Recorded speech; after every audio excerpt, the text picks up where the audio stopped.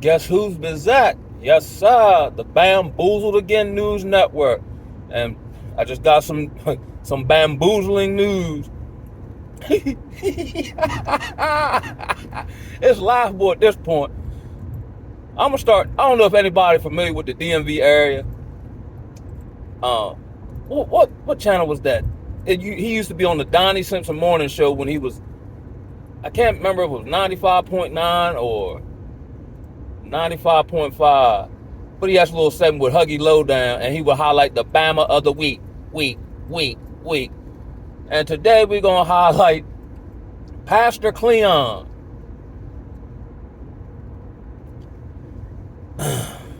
Like my old counselor used to tell me, pimping, preaching, and politics, it's all about the same thing.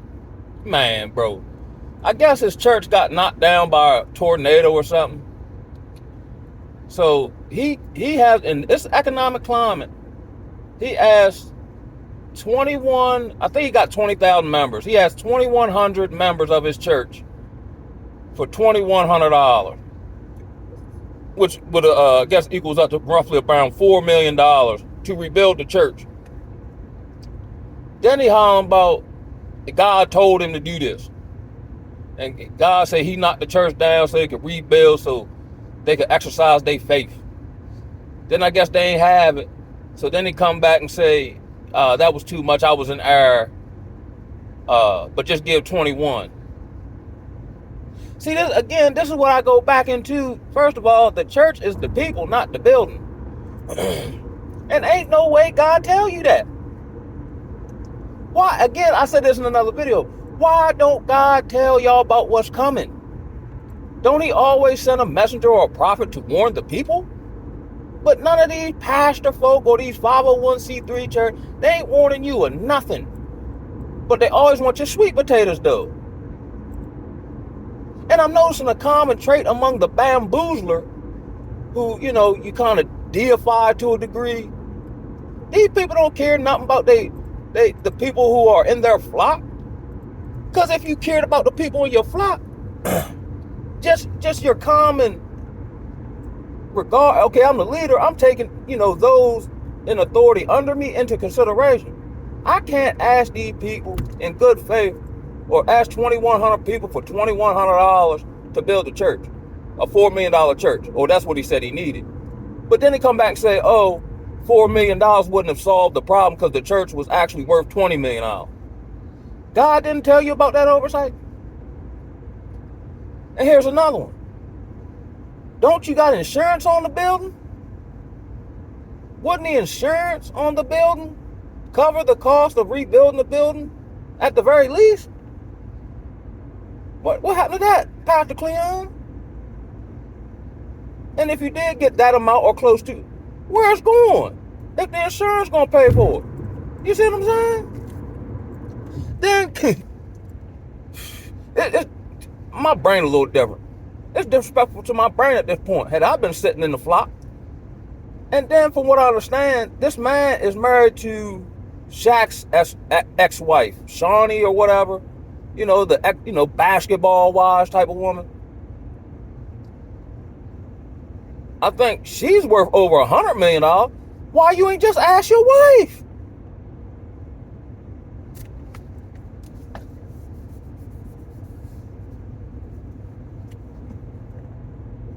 This ain't gonna be long, bro. This just highlighting the bam of the week. And I know all Christian churches aren't like this. They can't be, just by the law of averages. But the vast majority, I can almost guarantee, operate in this manner. That's why I don't go. And these brothers ain't preaching nothing that'll help you in your personal life. They don't teach you how to navigate the society you find yourself in. They just give you a good halftime speech, rile you up real good, pass the collection plate around. But then when you sit back and think about it, cuz ain't said nothing on nothing. And please don't ask the man a question about something you read yourself. You ready to be out the flock. This goes back to what I said about Ringo. Now, like these obedient servants, you know what I'm saying? And anybody you can manipulate or use like that, you can't have respect for them. So then you talk to them and treat them any kind of way, because in your mind, they don't know no better. That's like back in the day, you get the girl that's kind of green, or I'll give you an analogy. Because of like the jail system here in Maryland, there's a great big jail down further where I live at, like you're going towards Virginia. So sometimes brothers from, let's say, Baltimore, D.C., the metropolitan area are privy to come down to the Eastern Shore. And a lot of them end up staying down here because they end up meeting a girl, and then, they put their campaign together like that. Because even when I was in school, the perception that the girls down here are green. You can just have a little accent or a different feng shui about yourself, and they're just going to drop their pants because there ain't a whole lot around here. You see what I'm saying? Come on, Pastor Keion. And I'll tie this into, and I think we're coming into this stage, like this separation, like they say, like the wheat and the tares, right? I was reading in Maccabees, I believe, about, and then the brother who makes the Truth Unedited channel, he's very thorough with just our history. You know what I mean? And not only just covering it scripturally, but then he'll give you like philosophers or historians who were Greek at that time, who's written books or, things of that nature to corroborate what he's saying. It's like the information out there, you just gotta find it. Seek and ye shall find. And I think this was after Yeshua was, put on the tree or whatever. And then just like here in America, where they, with desegregation, they assimilated us into American culture. So we kind of lost the desire to build together, because now we're a part of this culture. And then let's say you do the things that the culture say do. Let's say you get a college education, or not saying nothing wrong with that. But then you begin to, rise in a societal sense in this culture, right? Which every time I read in the Bible, when we find ourselves in captivity, one of the first things he tells us is to not to assimilate or to take on the ways, customs, traditions of the occupying nation, or the nation that got you in captivity. But what happened was that Rome attempted to assimilate those who were in captivity, or from the tribes of Israel, or whatever you want to call it, Israel. Excuse me. And we're getting little positions in the church house or whatever the case. They might have had better living quarters or a few extra trinkets. Maybe they ate a little better. But there became a divide between those who had assimilated to the culture and puffed themselves up that way, versus those who were still keeping, I believe, the law, statutes, commandments, and still kind of remembered the Torah and like their culture and the way they did things and govern and operate, so on and so forth. So, and anybody, please correct me if I'm wrong. I think they had a civil war amongst, those who had assimilated and those who had not. And because it caused such a disturbance, Rome had to come in and stamp it out, which then put all of them in flight. And I think that was the last time, if I'm not mistaken, I could be wrong, that we were actually in the proverbial homeland, which centuries later would then lead, because now I've been said this, even before I come into this knowledge, it's like Negroes just been running since Negroes been invented. We always running from something. If it ain't, the court system or another Negro, or, you know what I'm saying? I'm tired of all this running. Now, I sidestep stuff. I Euro step past stuff on my way to the cut. I'm tired of all this running, yeah. Come out the womb running. You know what I'm saying? But I just wanted to highlight the bamma of the week. And at this point, these folk are laughing. And I don't even, unless they're under a great delusion, or I know there's something to be said for people who like people, or who want people to look up to, because they don't want any personal responsibility over their own lives. These mainstream, especially these mega churches, man, they dookie. They dookie.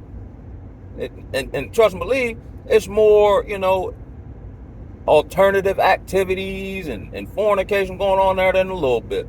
You know what I mean?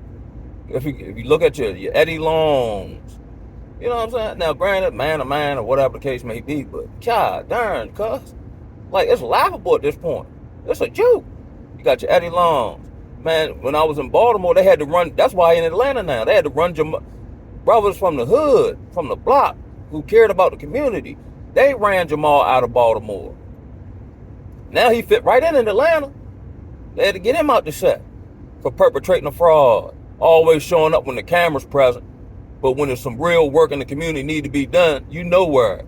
Unless some white folks are around, somebody snapping pictures. You know what I'm saying? That's why I'm so like who else? I mean, the list goes on and on. Yeah. The power bottom jakes, you know what I'm saying? Your Creflo dollars. I mean, that should tell you what it is right there. These individuals who have been, religious figures for decades. Not just, I mean, anybody make a mistake. I ain't talking about but these are grievous mistakes that have been going on for years. And they still up to their same old tricks. Because they just like the government. They think everybody's stupid. And if you're not stupid, they can't use you. Then they demonize you. You won't let me use you, so you're a demon. Everything again, my man be getting on me about this in the comments. That everything flip-floppity. I got that from Vampire in Brooklyn. When he was describing, I guess he had turned into a vampire in front of him. He described him to the police. He said, man, he kept doing that flip-floppity-ish. You know what I mean? Just kept flip-flopping. You know what I'm saying? I don't know. Just a quick one, man. Hey, stay on. Cover your six. I'm going to holler at y'all.